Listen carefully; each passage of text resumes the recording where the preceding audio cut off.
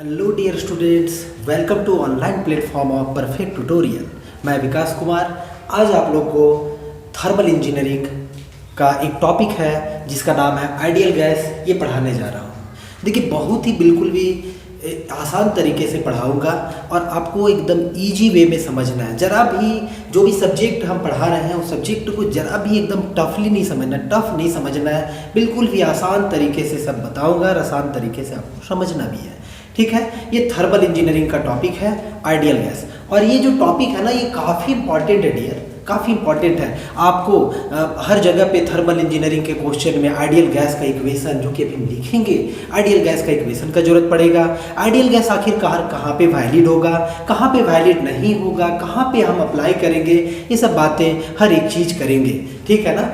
इसी सब्जेक्ट में फिर हम लोग ये आइडियल गैस जब मेरा कंप्लीट हो जाएगा तो आइडियल गैस कंप्लीट होने के बाद जो है वो थर्मोडायनेमिक्स स्टार्ट करेंगे, जिसमें थर्मोडायनेमिक्स का first law, zeroth law, second law और भी आगे बॉयलर्स वगैरह के बारे में पढ़ेंगे। ठीक है ना।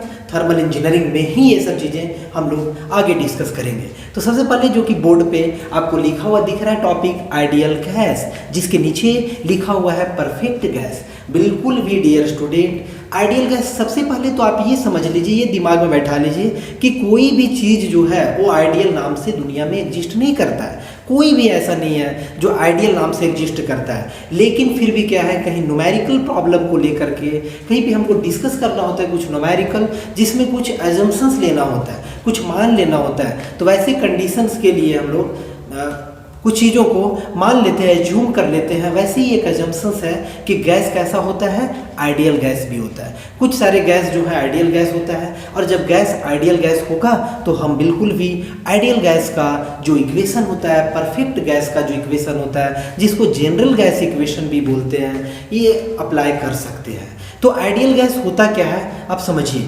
आइडियल गैस का मतलब हुआ कि वैसे गैस को हम आइडियल गैस कहेंगे जिसके नो इंटरमोलिक्यूलर, देखिए लिखा हुआ है dear, no forces of intermolecular attraction.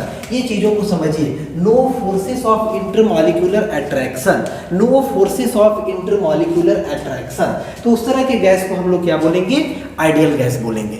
तो देखिए, no forces of intermolecular attraction, ये बिल्कुल भी फिक्सियस टाइप का लगता है देख करके कि आखिरकार कोई गैस होगा तो गैस होगा तो इंटरमोलिक्यूलर डिस्टेंस तो ज़्यादा होगा ही। बिल्कुल भी सॉलिड में क्या होता है, क्लोजली पैक्ड होता है, लिक्विड में उससे थोड़ा सा ज़्यादा होता है, और गैस में क्या होता है, तीनों से ज़्यादा होता है। लेकिन ये हम नहीं कह सकते कि इंटरमोलिक्यूलर फोर्सेस ऑफ जो अट्रैक्शन है वो बिल्कुल भी नहीं के बराबर है, ऐसा नहीं कर सकते। हाँ, स्मॉल कर सकते as compare to liquid, as compare to solid, पर ऐसा नहीं कर सकते कि है ही नहीं। लेकिन आइडियल गैस ऐसे गैस को बोला गया है जिसमें आपका फोर्सेस ऑफ इंटरमोलिक्यूलर अट्रैक्शन क्या होगा, नेग्लिजिबल होगा, मतलब कि क्या होगा, जीरो होगा।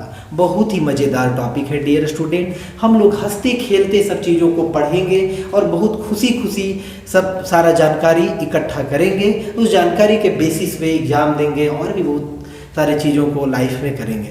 तो काफ़ी इंटरेस्टिंग है, चीज़ों को इजी वे में समझना है, बिल्कुल भी आप इसको लेंदी मत समझिए। ठीक है, चलिए तो आगे हम लोग और भी देखिए, इसी में है कि और भी कुछ बातें होता है कि ऐसा तो आइडियल गैस हम आपको पहले ही बता दिए कि आइडियल गैस क्या होता है, एग्जिस्ट ही नहीं करता है इन दिस यूनिवर्स। लेकिन फिर भी मान लिया गया नो फोर्सेस, यदि गैस में no forces of intermolecular attraction होगा तो उसको क्या बोलेंगे, आइडियल गैस बोलेंगे। अब क्या होता है कि गैस जो होता है ना, आइडियल भी हो सकता है, जैसे कि फ्लूइड मैकेनिक्स में आपको पढ़ा रहे हैं कि फ्लूइड आपका आइडियल फ्लूइड भी होता है, फ्लूइड आपका रियल फ्लूइड भी होता है। हम आपको ये भी बतलाए कि आइडियल फ्लूइड एग्जिस्ट ही नहीं करता है, लेकिन फिर भी पढ़ना था तो आइडियल फ्लूइड के बारे में बतलाए क्या हो सकता है, यदि ऐसा हो तो आइडियल फ्लूइड कहलाएगा। वैसे ही यदि इस तरह का बिहेवियर शो करेगा तो उसको हम लोग बोलेंगे आइडियल गैस। ठीक है, एक होता है रियल गैस, आपका रियल गैस।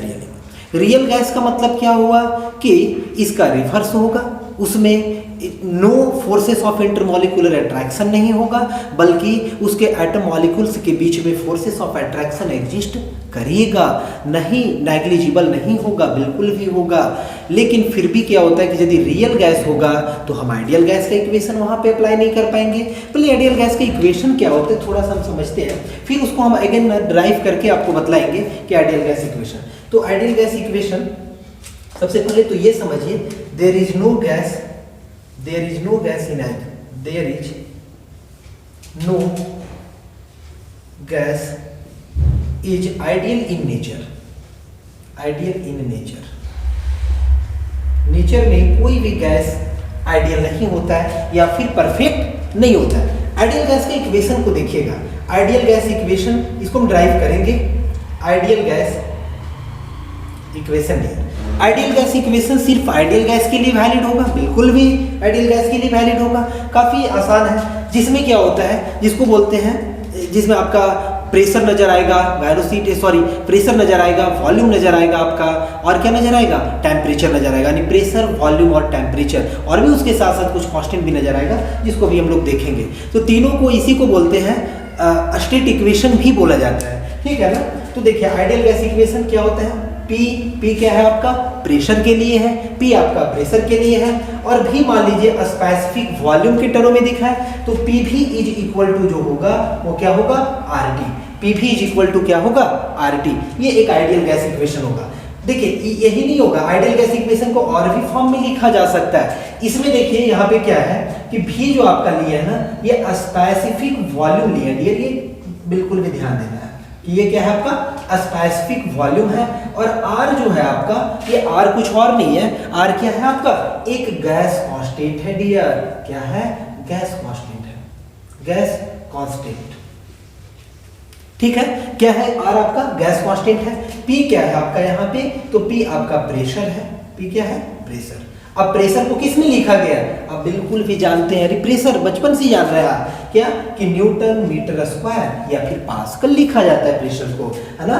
और T क्या है आपका, टेम्परेचर है, जिसको किस में, केल्विन में लिखना है, केल्विन में टेम्परेचर, केल्विन में, ठीक है। ऐसा यूनिट क्या होता है, केल्विन होता है। और भी आपका स्पेसिफिक वॉल्यूम, गैस कांस्टेंट। यहाँ से यदि आपको पूछा जाए कि ये गैस कांस्टेंट का यूनिट क्या होगा, बिल्कुल भी आप इजीली बता सकते हैं dear, R is equal to क्या लिख दीजिएगा, PV डिवाइडेड बाई T, ऐसा ही लिखेंगे आप, PV डिवाइडेड बाई T। तो देखिए आप निकालने के लिए जानते हैं P का क्या हो गया, न्यूटन पर मीटर स्क्वायर, है ना। और स्पेसिफिक वॉल्यूम का क्या होगा, तो ऑब्वियस है मीटर क्यूब पर किलोग्राम होगा। स्पेसिफिक लगा हुआ रहता है तो उसमें क्या आता है, डिवाइड में किलोग्राम आता है, बिल्कुल भी ऐसे याद रखना है। क्योंकि जब हम लोग प्रॉपर्टी पढ़ेंगे, एक्सटेंसिव प्रॉपर्टी, इंटेंसिव प्रॉपर्टी, तो जो भी स्पेसिफिक नेचर में होता है वो सारा इंटेंसिव इन नेचर होता है, यानी इंडिपेंडेंट ऑफ मास। ये बातें आपको आगे हम फर्दर बताएंगे डियर स्टूडेंट। तो चीजें को समझिए, भी क्या हो गया यहाँ पे, मीटर क्यूब पर किलोग्राम, और ये क्या हो गया, केल्विन। यहाँ से देखिए आप स्ट्राइक ऑफ हो रहा है डियर, ये स्ट्राइक ऑफ हो गया, तो बचा क्या, न्यूटन मीटर आपका हो जाता है जूल, है ना। तो न्यूटन मीटर क्या हो गया, जूल हो गया, और डिवाइडेड बाय किलोग्राम केल्विन, है ना। जूल पर किलोग्राम केल्विन, जूल पर किलोग्राम केल्विन, समझ में आ रहा है, जूल पर किलोग्राम केल्विन। तो ये R का जो यूनिट हो गया जूल पर किलोग्राम केल्विन। हो सके तो प्रेशर आपका किलो न्यूटन में यदि हो तो किलो जूल किलोग्राम केल्विन भी होगा। बहुत ही इजी है डियर, बहुत ही आसान है। चलिए आगे इसको और भी आगे इसको बढ़ाते हैं, उससे पहले आपको कुछ इंफॉर्मेशन देते हैं। जैसे कि आपका रियल गैस भी जो है वो आइडियल बिहेव कर सकता है। क्यों, क्योंकि आइडियल बिहेवियर क्यों हमको जानना जरूरी है, क्योंकि ये जो है ये इक्वेशन सिर्फ और सिर्फ only valid for ideal gas dear, only valid for perfect gas या आइडियल गैस। बिल्कुल भी आप देखिए, only valid for perfect gas और आइडियल गैस। तो जब ये परफेक्ट गैस और आइडियल गैस के लिए इक्वेशन वैलिड होगा तो हमारा गैस कैसा होना चाहिए, रियल गैस तो नहीं होना चाहिए। यदि आइडियल नहीं होगा हम इसको लगा ही नहीं पाएंगे। तो आइडियल रियल गैस जो है, इसीलिए रियल गैस जो है आपका लो प्रेशर, इस बात का ध्यान रखिएगा, जितना भी रियल गैस होता है लो प्रेशर एंड एलिवेटेड टेम्परेचर, मतलब प्रेशर कम हो और टेम्परेचर क्या हो गैस का, बहुत ज़्यादा हो, तो real gas behaves like an ideal gas. Real gas behaves like an ideal gas. जितना भी दुनिया में रियल गैस होगा वो सारा कैसा बिहेव करेगा, तो एक आइडियल गैस की तरह बिहेव करेगा। तो आइडियल गैस की तरह बिहेव करेगा तो मजा आ जाएगा, बहुत बढ़िया, खुशी मिल जाएगा। क्यों, क्योंकि हम आइडियल गैस का इक्वेशन अप्लाई कर पाएंगे और इस तरह से नंबर ऑफ न्यूमेरिकल्स और भी प्रॉब्लम्स में इसको अप्लाई करके सॉल्व कर पाएंगे, और वैल्यू जो गिवन होगा और जो फाइंड करना होगा इसके अकॉर्डिंग हम फाइंड कर पाएंगे। क्लियर ना। चलते हैं आगे बढ़ते हैं, इसको आप चीज़ों को आपको बतलाते हैं कुछ और भी बातें, जिसमें से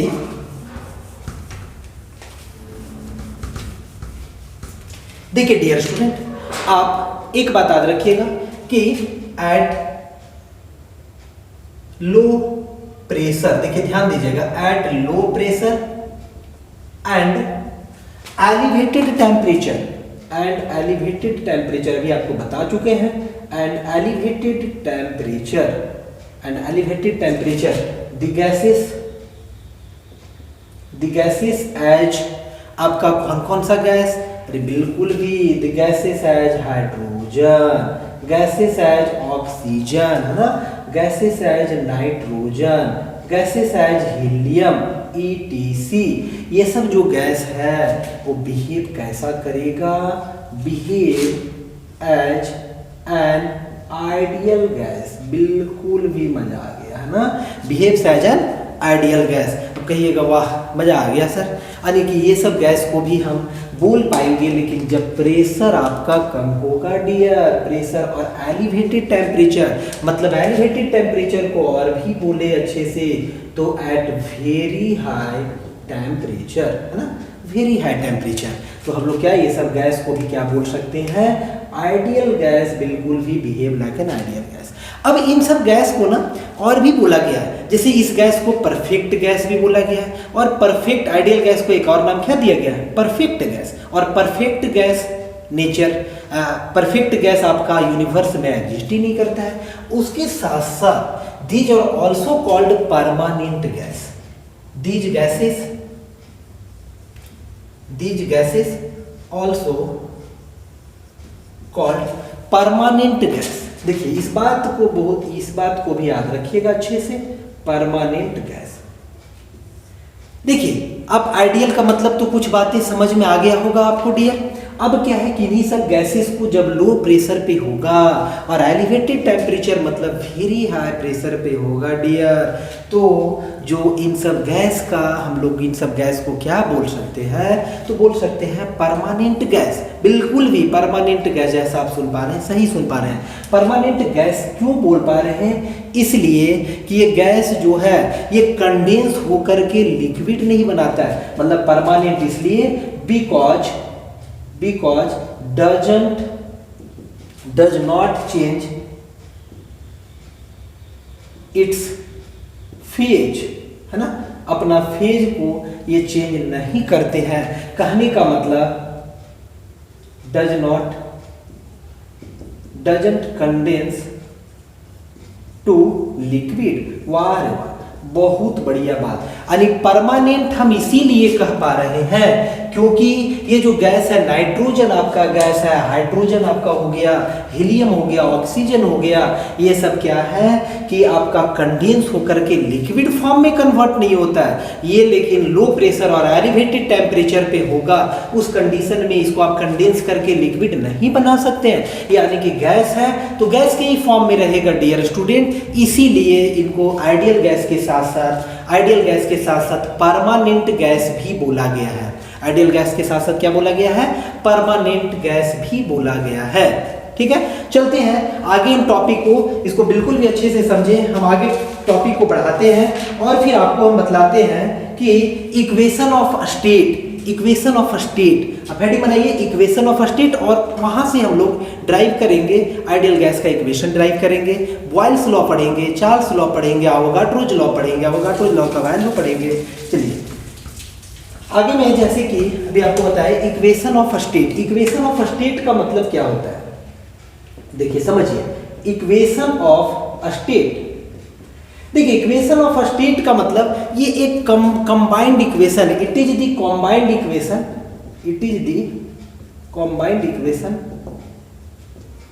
combined equation of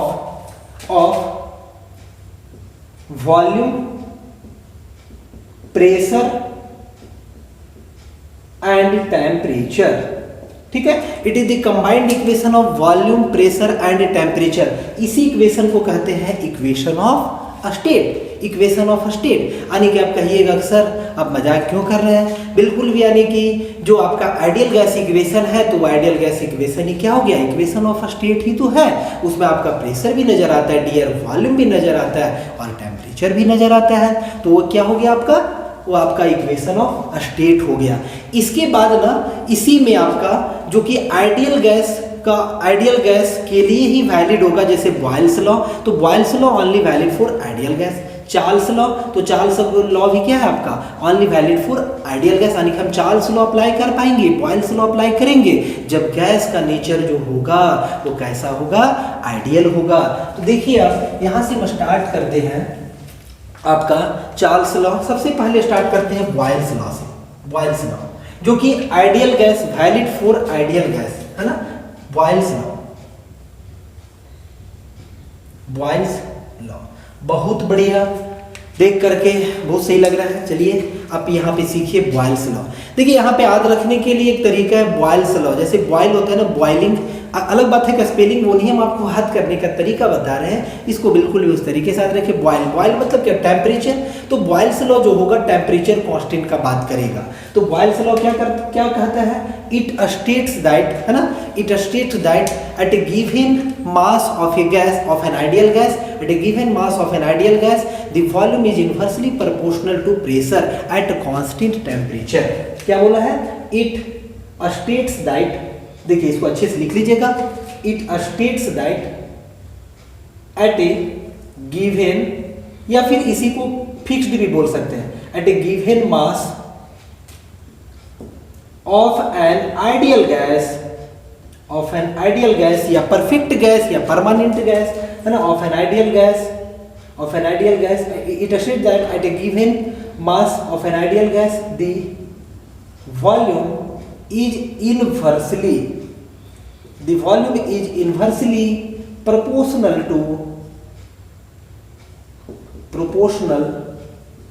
to pressure। ये लिखना बहुत जरूरी होगा dear. Volume is inversely proportional to pressure, volume is inversely proportional to pressure at constant temperature. यदि आप volume is inversely proportional to pressure लिख दें पर एट कांस्टेंट प्रेशर ना लिखें तो ये रॉन्ग हो जाएगा, बिल्कुल भी रॉन्ग हो जाएगा, 100% ये गलत हो जाएगा।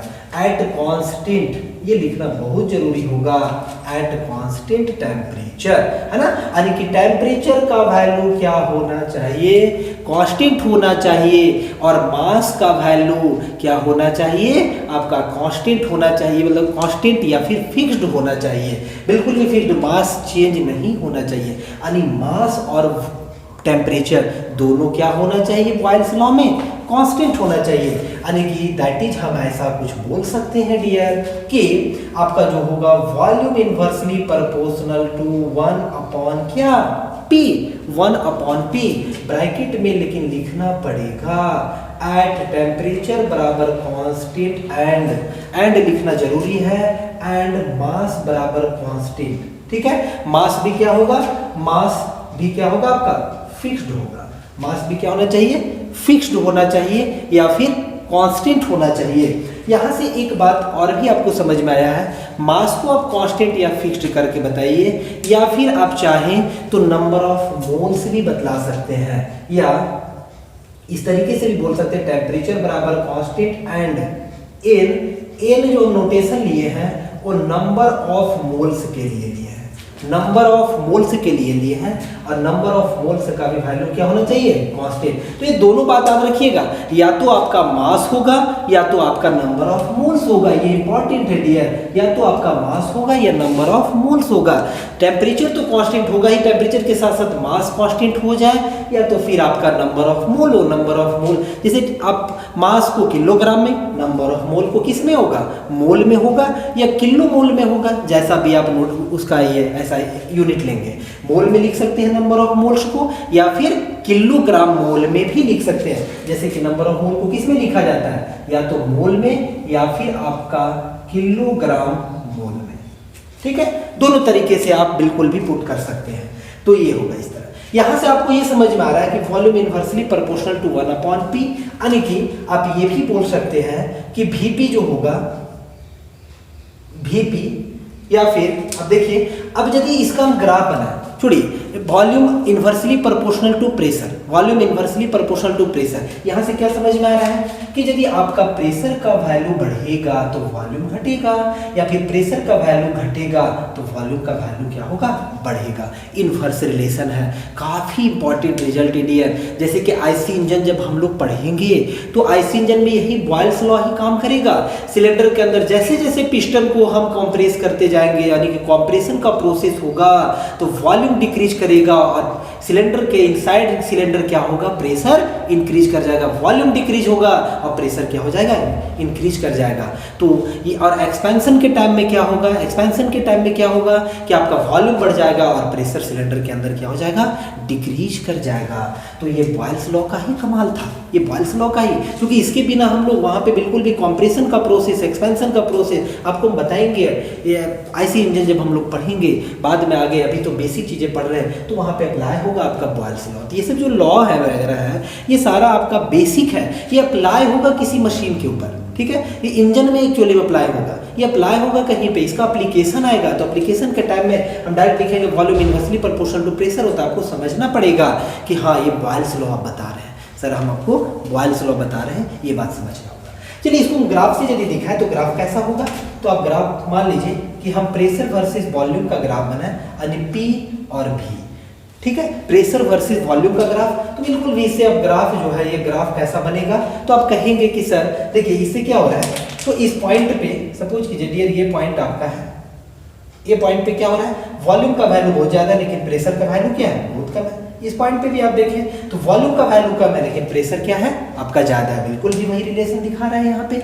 ये जो ग्राफ है ना, ये ग्राफ कैसा ग्राफ है, तो ये याद रखिएगा rectangular hyperbolic, rectangular hyperbolic, rectangular hyperbolic asymptotes to P या भी, है ना, रेक्टेंगुलर हाइपरबोलिक, ये एसिम्पटॉटिक कर्व है, it is asymptotic curve, it is asymptotic curve to pressure and volume line। Pressure और वॉल्यूम लाइन पे ये एसिम्पटॉटिक कर्व, ये कैसा है, rectangular hyperbolic curve, rectangular hyperbolic curve, ठीक है, प्रेशर वर्सेस वॉल्यूम का। ये क्या रिलेशन दिखा रहा है, तो बिल्कुल भी volume inversely proportional to pressure, volume inversely proportional to pressure.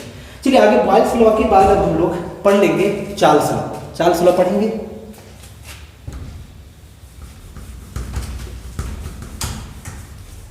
Charles law में क्या होगा, सेकेंड जो आपका है, ये भी चार्ल्स लॉ भी जो होगा ये भी किसके लिए वैलिड होगा, तो ये आपका आइडियल गैस के लिए ही वैलिड होगा चार्ल्स लॉ। तो चार्ल्स लॉ क्या बोलता है, चार्ल्स लॉ फिर से ऐसा ही, it states that at a fixed mass of an ideal gas when the gas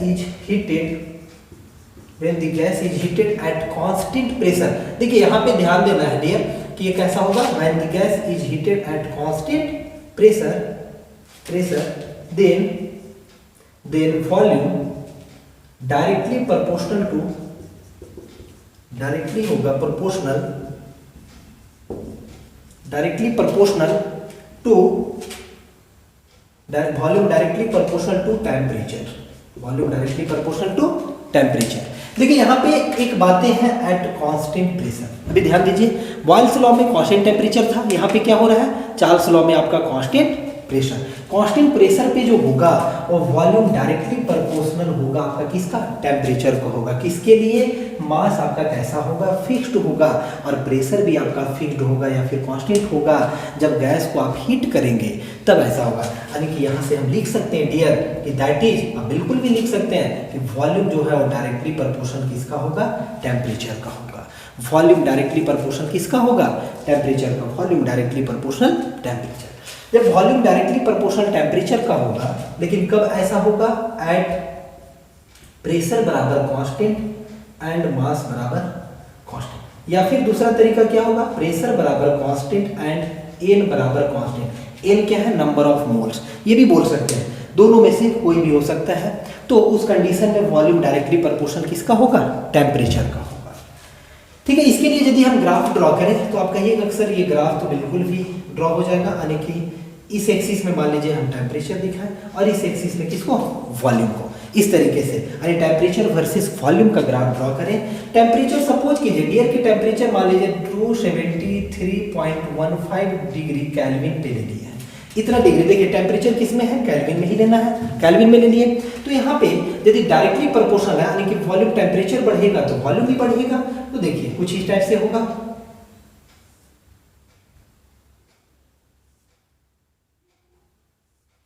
देखिए यहां से आप ये कर सकते हैं कि बहुत अलग अलग ग्राफ है, तो ये ग्राफ में क्या हो रहा है कि प्रेशर का वैल्यू कांस्टेंट है, यानी इसमें प्रेशर का वैल्यू कांस्टेंट है। मान लीजिए यहाँ पे P1 होगा, यहाँ पे P2 होगा और इसमें क्या होगा, P3 होगा। तो P1 का जो वैल्यू होगा, P1 P2 P3, यानी P1 ये इस लाइन पे पूरा कांस्टेंट, इस पे कांस्टेंट और इस पे कांस्टेंट होगा, ठीक है ना। और P1 का जो वैल्यू होगा, P1 का वैल्यू वो सबसे कम होगा, P2 का वैल्यू उससे ज्यादा होगा, P3 का वैल्यू उससे ज्यादा होगा। यहाँ से ये कर सकते हैं आप, जैसे कि इससे पहले भी ग्राफ बनाए थे, वहाँ भी आप 2-3 ग्राफ दिखा सकते थे कर्व में, रेक्टेंगुलर हाइपरबोलिक वाला जो कर्व है 2-3 दिखा सकते थे। वहाँ से क्या होगा, टेम्परेचर कांस्टेंट है तो टेम्परेचर क्या हो रहा है, धीरे धीरे टेम्परेचर का वैल्यू सबसे पहले कम, उसके बाद अगला कर्व में ज़्यादा, इस टाइप से आप वहाँ भी दिखा सकते थे। ये हो गया माइनस, इसके लिए यानी कि ये चार्ल्स लॉ हो गया।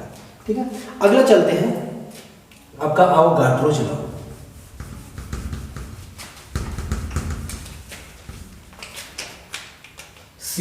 सी में क्या है, अवोगाड्रोज लॉ। अवोगाड्रोज लॉ क्या होता है, अवोगाड्रोज लॉ जो है ये बिल्कुल प्रेशर और साथ ही साथ प्रेशर भी इसमें कांस्टेंट होना चाहिए आपका, और प्रेशर के साथ साथ क्या होना चाहिए, टेम्परेचर भी कांस्टेंट होना चाहिए। तो वॉल्यूम जो होगा वो डायरेक्टली प्रोपोर्शनल होगा, वॉल्यूम जो होगा वो डायरेक्टली प्रोपोर्शनल होगा किसका, नंबर ऑफ मोल्स का होगा। एट ये बोलता है eight constant pressure and temperature the volume of a given the volume of ideal gas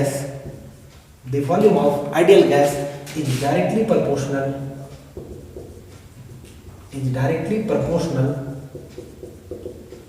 to number of moles को किसे दिखाते हैं, n से। तो दैट इज यहाँ पे आप बिल्कुल भी लिख सकते हैं इस चीज को अवोगाड्रोज के अकॉर्डिंग कि वॉल्यूम जो होगा वो डायरेक्टली प्रोपोर्शनल होगा किसका, n का होगा। अरे वाह, बहुत ही बढ़िया। कब ऐसा लेकिन होगा, एट P बराबर कांस्टेंट एंड T बराबर कांस्टेंट। टेम्परेचर और प्रेशर क्या होना चाहिए, कांस्टेंट होना चाहिए, आइडियल गैस भी होना चाहिए।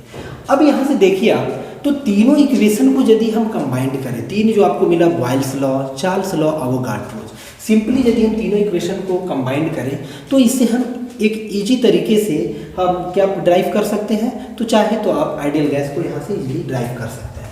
तो डेरिवेशन यहाँ से थोड़ा सा देख लेते हैं। डेरिवेशन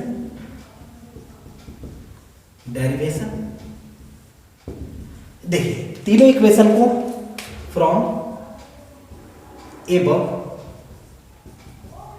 3 इक्वेशंस, तीनों इक्वेशन से हम क्या कर सकते हैं, तो वॉल्यूम सब में आया था तो वॉल्यूम डायरेक्टली प्रोपोर्शनल क्या नहीं लिख सकते हैं। तो वॉल्यूम डायरेक्टली प्रोपोर्शनल क्या आपका वॉल्यूम डायरेक्टली प्रोपोर्शनल हो सकता है temperature n divided by P, बिल्कुल भी हो सकता है, क्योंकि पहला में क्या था, volume directly proportional, volume inversely proportional P था Boyle's law, volume directly proportional temperature था चार्ल्स लॉ में था, और वॉल्यूम डायरेक्टली प्रोपोर्शनल आपका नंबर ऑफ मोल्स था और वो अवोगाड्रोज लॉ था। अवोगाड्रोज लॉ में अवोगाड्रोज नंबर का वैल्यू आप जानते हैं 6.022 इंटू 10 टू द पावर 23, यानी 1 mole is equal to 6.022 into 10 to the power 23 atoms molecules. ये बात आप 1 मोल इज इक्वल टू कितना होता है 6.022 into 10 to the power 23 atoms ions या फिर क्या होता है मॉलिक्यूल्स होता है। और बराबर आप ये भी कर सकते हैं 22.4 लीटर, ये भी आप बोल सकते हैं। आप एक बात और भी जानते हैं कि 1 लीटर इज इक्वल टू जो होता है या फिर 1 metre cube is equal to जो होता है डियर 1000 लीटर होता है।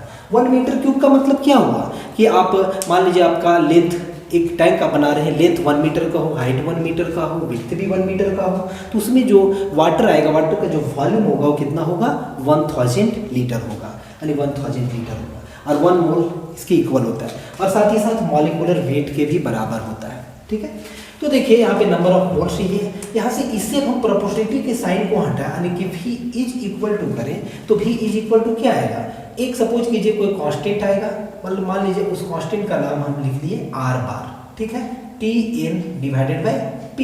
R बार जो है आपका, इसको और भी अच्छे से लिखें डियर, तो क्या ऐसे लिख सकते हैं क्या, PV is equal to N R bar T, थोड़ा सा जा करके इसको लिख सकते हैं। बहुत ही बढ़िया सा एक रिजल्ट जो हम लोग चाहते थे बहुत देर से निकालने के लिए, जिसको बोलते हैं आइडियल गैस इक्वेशन, वो आपका यहाँ से ड्राइव हो गया। इसी के बारे में अभी तक जो भी पढ़ रहे थे इसी के लिए पढ़ रहे थे, PV is equal to N R bar T. एक नोटेशन है डियर, आर बार जो यहाँ पे है वो आपका कैसा है, तो यूनिवर्सल गैस कांस्टेंट, क्या है आपका यूनिवर्सल गैस कांस्टेंट है। अभी हम इस पे चर्चा करेंगे, यूनिवर्सल गैस कांस्टेंट। P आप जानते हैं कि P क्या है आपका, P आपका क्या है, P यहाँ का प्रेशर है, ठीक है ना, P प्रेशर है आपका, जो कि प्रेशर किस में होगा, प्रेशर आपका पास्कल में, और V क्या है आपका, तो V वॉल्यूम है जो कि किस में होगा, मीटर क्यूब में होगा, वॉल्यूम मीटर क्यूब में होगा, और T क्या है आपका, टेम्परेचर है, आप जानते हैं जो किस में लिखेंगे, केल्विन में, और n क्या है, तो n है नंबर ऑफ मोल, यानी कि इसको किस में रिप्रेजेंट करेंगे, मोल से रिप्रेजेंट करेंगे। जब इस तरीके से नोटेशन होगा तो यहाँ से आप R बार का यूनिवर्सल गैस कांस्टेंट है which is valid for all ideal gases, universal gas constant मतलब कि सभी गैस के लिए ये होगा, वैलिड होगा, बिल्कुल भी ये सभी गैस के लिए वैलिड होगा क्योंकि यूनिवर्सल गैस कांस्टेंट है। ठीक है, तो यूनिवर्सल गैस कांस्टेंट का कभी आपसे पूछ दे कि यूनिट क्या होगा, और आखिर यूनिवर्सल गैस कांस्टेंट है तो इस कांस्टेंट का कुछ वैल्यू होगा, तो उस वैल्यू को जरा उस वैल्यू के बारे में समझते हैं, अभी आपको दिखाते हैं उस वैल्यू के बारे में।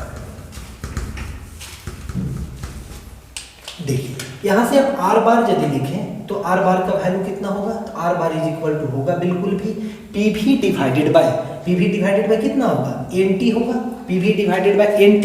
यहाँ से आप सोचे कि P का वैल्यू, P का किस में है, P आपका न्यूटन पर मीटर स्क्वायर में है या फिर आपका ये किस में है, पास्कल में है।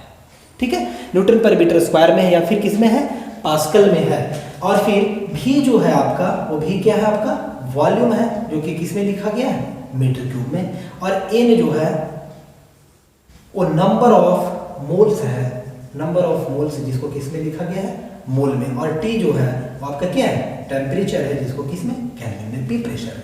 तो यहाँ से आप बिल्कुल भी इजीली कह सकते हैं कि ये क्या हो जाएगा, newton metre square dear into क्या होगा, मोल होगा, और फिर क्या होगा, केल्विन होगा, और साथ ही साथ क्या होगा, वॉल्यूम का यानी कि मीटर क्यूब होगा, ये स्ट्राइक ऑफ हो जाएगा। न्यूटन और मीटर जो है वो न्यूटन और मीटर वो क्या बन जाता है, न्यूटन और मीटर मिलकर के क्या बनता है, जूल। तो ये इसका यूनिट हो जाएगा जूल डिवाइडेड बाय जूल पर मोल केल्विन, जूल पर मोल केल्विन। और यूनिवर्सल गैस कांस्टेंट का वैल्यू यूनिट जो होगा वो कितना होगा, जूल पर मोल केल्विन। और भी इसको अलग तरीके से आप कह सकते हैं, जूल को यदि किलो जूल लिख दें तो मोल किस में हो जाएगा, kilo mole kelvin, kilo joule पर किलो मोल केल्विन। दोनों यूनिट याद रखिएगा कि यूनिवर्सल गैस कांस्टेंट का जो होता है आपका जूल पर मोल केल्विन या फिर kilo joule kilo mole kelvin होता है। अब इसके वैल्यू के बारे में बात करते हैं कि आखिर इसका वैल्यू कितना होता होगा। चलिए वैल्यू का जिक्र करें, यदि P का वैल्यू को ना, P का वैल्यू को सपोज कीजिए एटमॉस्फेरिक 1 atm ले लें, P का वैल्यू कितना 1 atm इनटू वॉल्यूम का वैल्यू को यदि आप जानते हैं 1 मोल इज इक्वल टू कितना होता है 22.4 लीटर, तो वॉल्यूम का वैल्यू को 1 मोल में ले ले 22.4 लीटर, और n का वैल्यू को 1 मोल कंसीडर कर ले, और टेम्परेचर को कंसीडर कर ले, आपका टेम्परेचर जो होगा वो टेम्परेचर कितना 273 डिग्री केल्विन। ठीक है, 273 डिग्री केल्विन। तो यहाँ से जो इस वैल्यू को फाइंड करेंगे तो ये जो वैल्यू निकल करके आएगा डियर, ये वैल्यू बिल्कुल भी निकल करके जो आएगा वो आपका आएगा, ये वैल्यू का इसका जो वैल्यू होगा वो आपका कितना होगा, तो 0.00821, इसका वैल्यू कितना होगा 0.0821।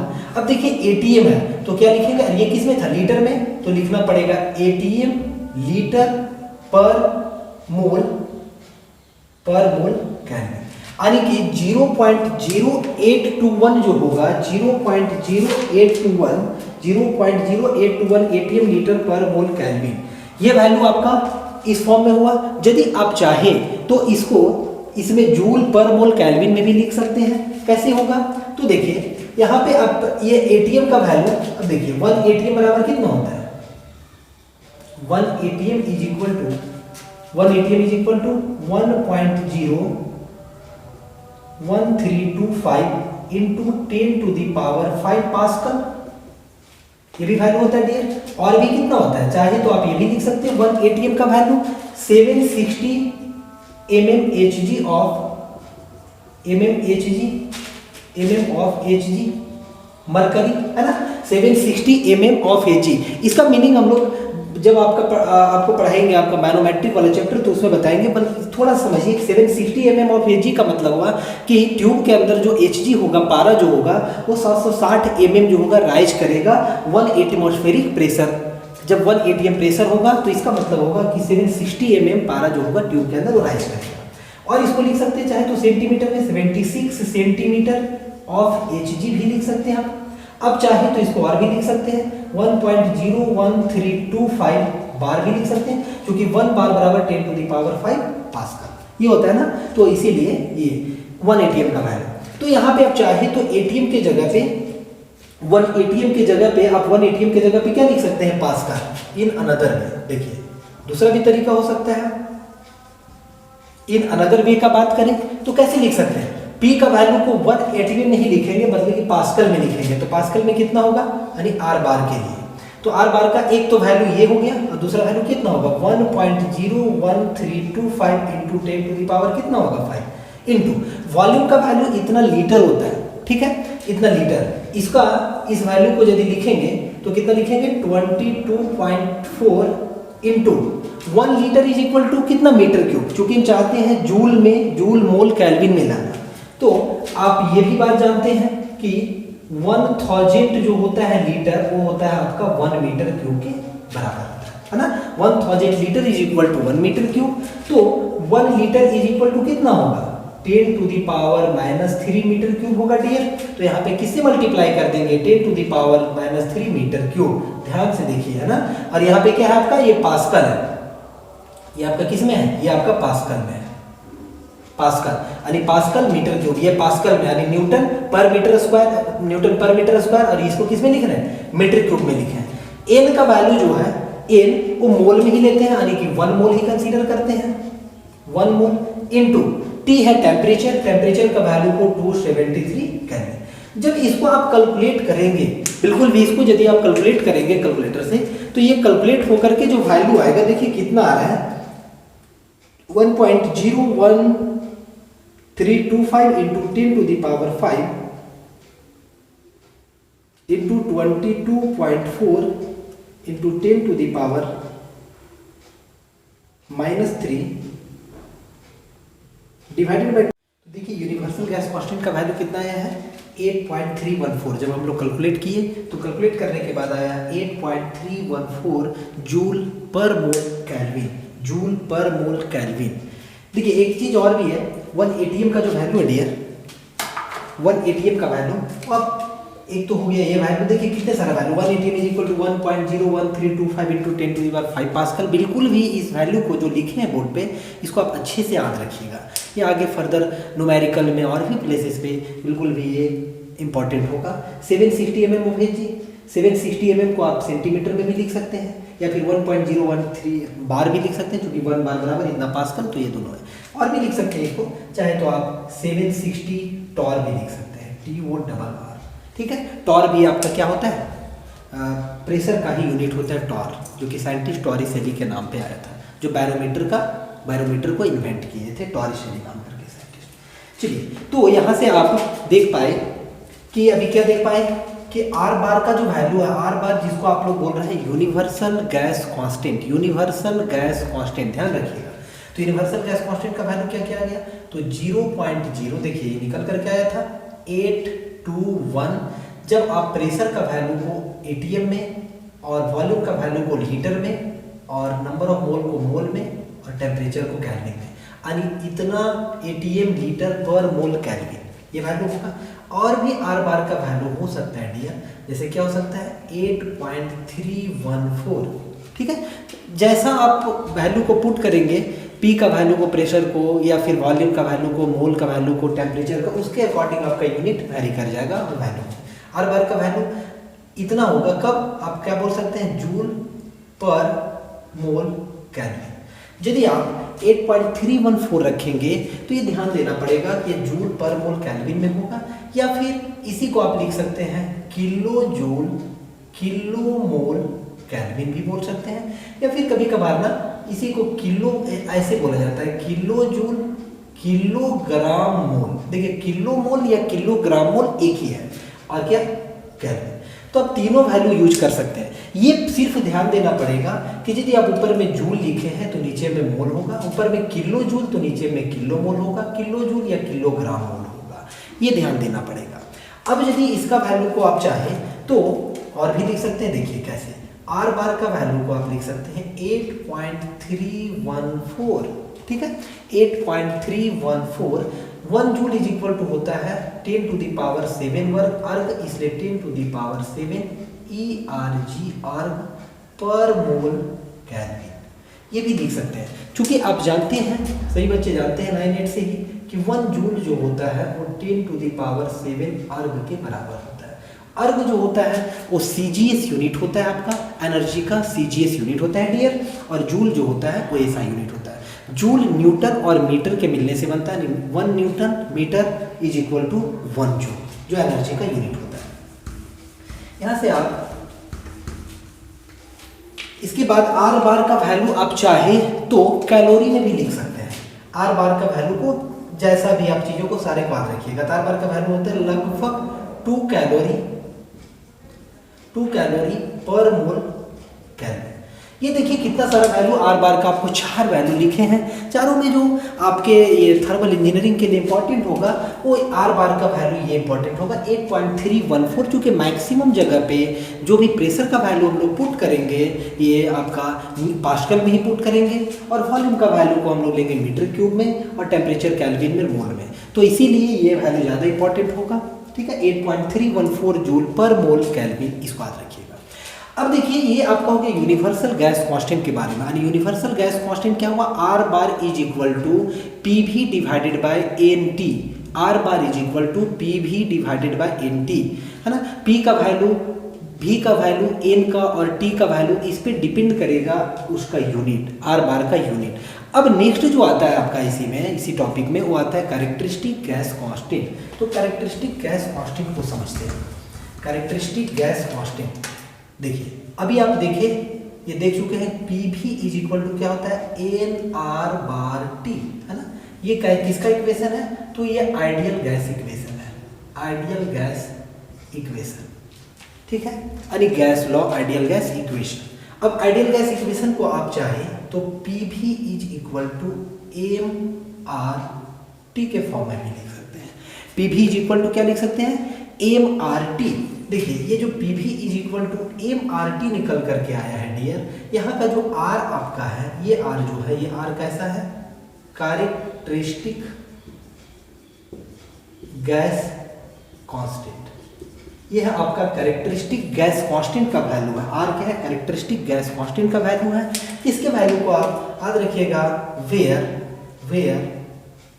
आर इज इक्वल टू जो होता है वो R bar divided by m, ठीक है। आर बार क्या है आपका, तो R bar universal gas constant, अभी देखे हैं, यूनिवर्सल गैस कांस्टेंट, और एम जो है, एम है आपका मॉलिक्यूलर वेट, मॉलिक्यूलर वेट। अब जो जो भी गैस लेंगे उसका मॉलिक्यूलर वेट आपको पुट करना पड़ेगा। एयर के लिए जो है, एयर के लिए वो मॉलिक्यूलर वेट का वैल्यू लगभग 29 लिया जाता है। चलिए, तो यहाँ से क्या है, आर का वैल्यू क्या है, R bar divided by m, यानी कि आर बार क्या है, यूनिवर्सल गैस कांस्टेंट, और एम क्या है, कैपिटल एम मॉलिक्यूलर वेट है ना, मॉलिक्यूलर वेट। एयर का मॉलिक्यूलर वेट 29 होता है, यानी कि 29 ग्राम पर मोल या फिर किलोग्राम मोल। ग्राम में लिखेंगे तो मोल होगा, किलोग्राम में लिखेंगे तो किलोग्राम मोल होगा। यहाँ से यदि आर का यूनिट देखना चाहें तो क्या होगा, R bar divided by m is equal to कितना, आर बार का कितना है, आर बार का यदि जूल के फॉर्म में लिखेंगे तो जूल मोल केल्विन है ना, जूल मोल केल्विन हो गया, इनटू देखिए एम का लिख रहे हैं, एम का ग्राम में लिखेंगे तो क्या होगा, ग्राम, ऊपर ये चला जाएगा कितना, मोल। देखिए मोल से मोल कट जाएगा तो इसका यूनिट क्या बचेगा, जूल पर ग्राम केल्विन। या फिर इसी को आर का वैल्यू को यदि आप लिखेंगे किसमें, ये हो गया किलो जूल में, सपोज इसको आप किलो जूल में लिख दिए, किलो जूल किलोग्राम मोल केल्विन। क्योंकि इसका आर बार का यूनिट क्या होता है, किलो जूल किलोग्राम मोल केल्विन भी होता है, ये यूनिट लिख दिए। इनटू क्या करेंगे, एम का लिखेंगे तो एम का किलोग्राम वाला तो क्या होगा, किलोग्राम ऊपर चला जाएगा क्या, किलोग्राम मोल आएगा, किलोग्राम मोल से किलोग्राम मोल कट जाएगा, तो आर का जो यूनिट बचेगा वो क्या होगा, किलो जूल पर किलोग्राम केल्विन। ठीक है, तो इस बात को याद रखिएगा कि जो यूनिट होता है, यूनिट अच्छे से इस बात को याद रखना है। यूनिट आर बार का जो होता है, आर बार का क्या होता है, आर बार का होता है जूल पर मोल केल्विन। एक ये हो सकता है, और भी यूनिट होता है एटीएम के फॉर्म में भी, वो भी आपको बतलाए हैं। या फिर क्या हो सकता है, या फिर दूसरा जो हो सकता है आपका क्या हो सकता है, तो आपका एक ये हो सकता है, और इसका क्या यूनिट हो सकता है, तो और इसका जो यूनिट हो सकता है डियर, और इसका जो यूनिट हो सकता है वो क्या हो सकता है, kilo joule kilo mole kelvin हो सकता है। आर का यूनिट क्या हो सकता है, तो आर का जो यूनिट होगा वो होगा जूल पर ग्राम केल्विन होगा, जूल पर ग्राम केल्विन।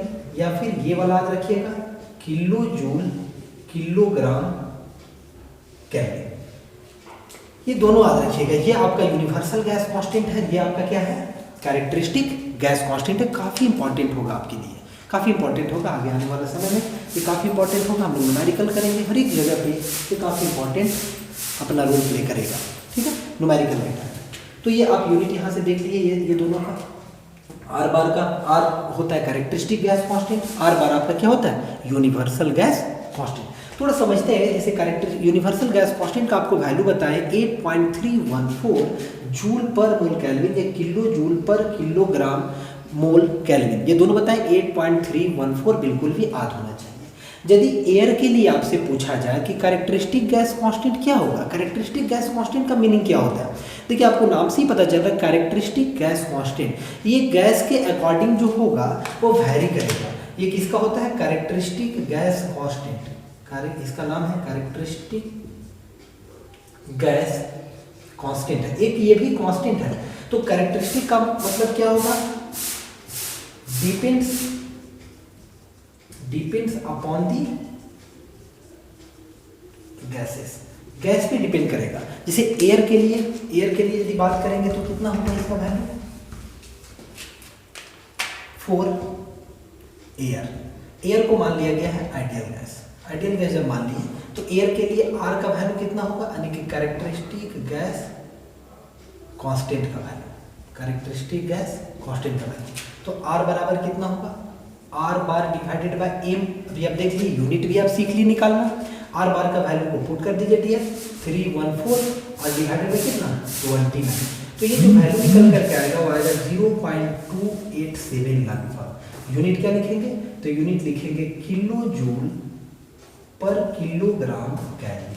याद रखिएगा कि कैरेक्टरिस्टिक गैस कांस्टेंट का जो वैल्यू होता है हियर आर बार जो हमने पुट किए हैं वो 8.314 किलो जूल पर किलो मोल केल्विन पुट किए हैं, और एम जो है वो 29 किलोग्राम पर किलोग्राम मूल्य है। ठीक है, तो R का वैल्यू 0.287 किलो जूल पर किलोग्राम केल्विन दोनों इंपॉर्टेंट होगा। आपका यूनिवर्सल गैस कांस्टेंट का भी वैल्यू और साथ ही साथ कैरेक्टरिस्टिक गैस कांस्टेंट का भी वैल्यू।